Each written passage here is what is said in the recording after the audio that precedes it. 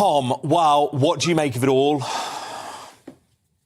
Well, it is exactly what we've been predicting for months, Dan. Both of us in our programs have been saying that in the end it's going to be a bombshell and Harry is going to make his fortune by treachery. And that's why, of course, the book was called Revenge, my book, because this is the worst sort of revenge imaginable.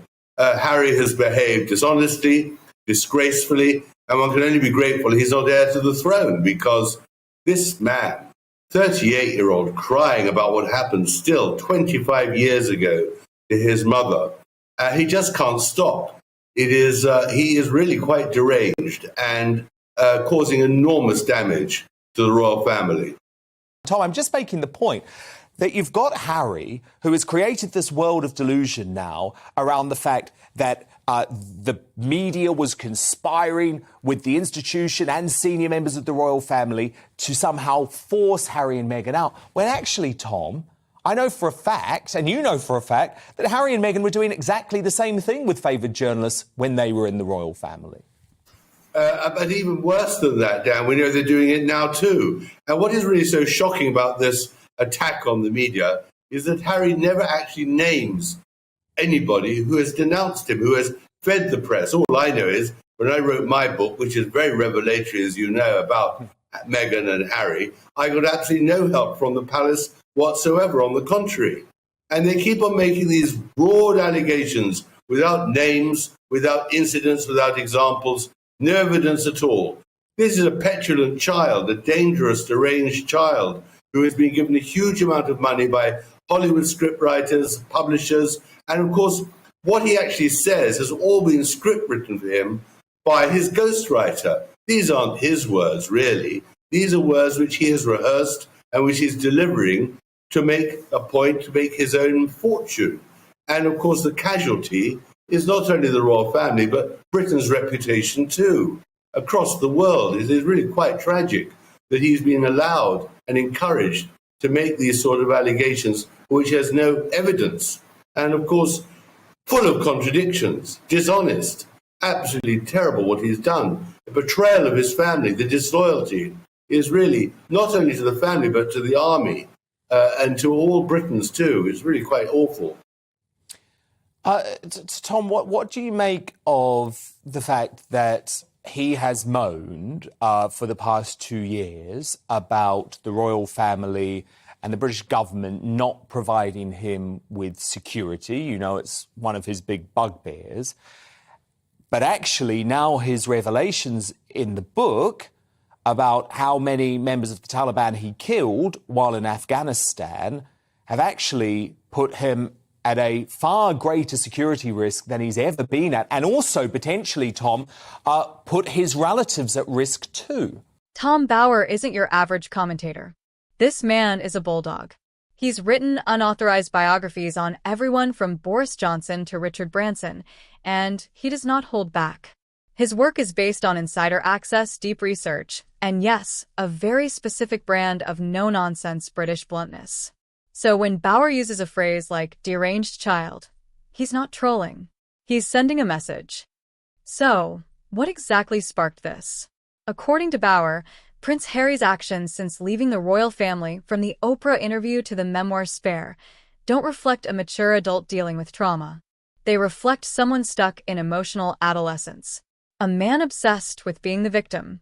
Bower argues that Harry's repeated public outbursts are less about healing and more about revenge. And when you look at it from that angle, the term deranged child starts to make controversial. Well, I think that what we've actually seen with this expose, this confession about killing of Taliban, is really the nub of this issue, that Harry has been fed lines. He's fed lines by his ghostwriter, by publishers anxious to milk him dry and to cause as much damage and embarrassment to the royal family. I really find it incredible that Harry would willingly have said, I killed 25 Taliban. I think what happened was they asked him to put a figure on it and they thought, let's include that too. This is all conjecture, this is all fantasy, but it's selling his book and selling an attack on the royal family. And of course, he is perfectly safe in Britain. The protection argument has always been used by him to make himself important, and because I'm sure he's fed by paranoia. He is fed by all these drugs he's taken. He is actually motivated by fear of himself. And I think that Meghan has a hell of a lot to answer for all this. She, in the end, is the arch manipulator, the puppet master of Harry's astonishing attacks on his family, his disloyalty. The narrative is collapsing, though, isn't it, Tom?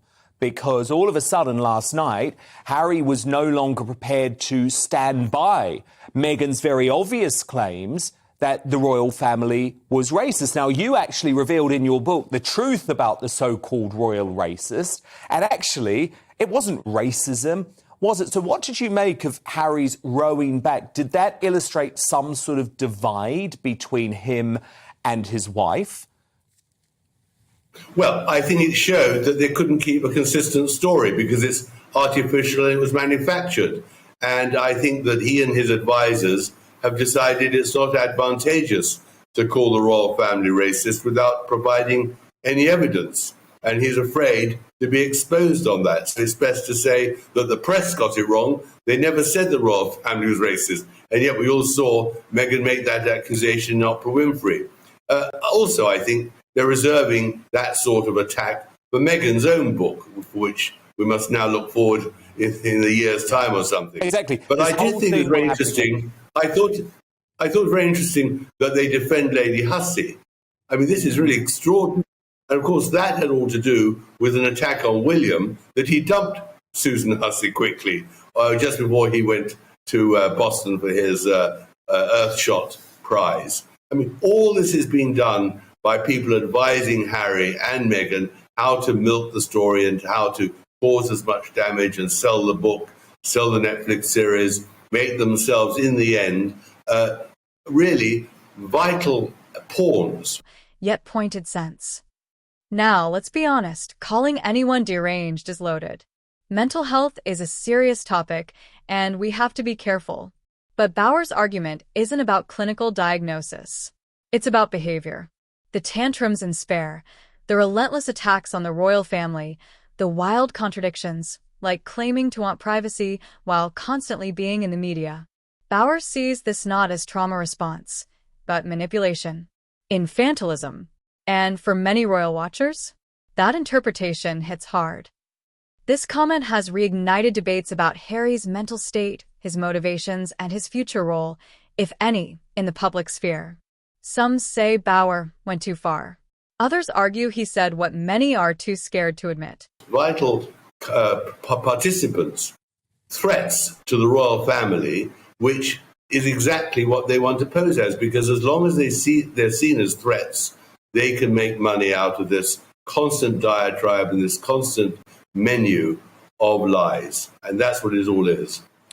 Indeed, and I think you're very right to use the word treacherous when it comes to these revelations. I think for me, Tom, possibly the worst moment, and I mean there's a lot of them, is Harry revealing a private conversation he had with his father, King Charles, at Prince Philip's funeral.